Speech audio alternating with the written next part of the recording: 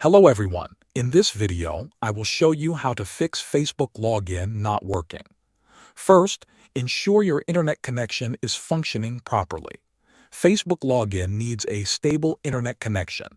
Turn on mobile data or connect to a Wi-Fi network. If you are already connected, try turning the connection off and on again. Next, open the App Store if you are using an iPhone or the Play Store if you are using an Android phone.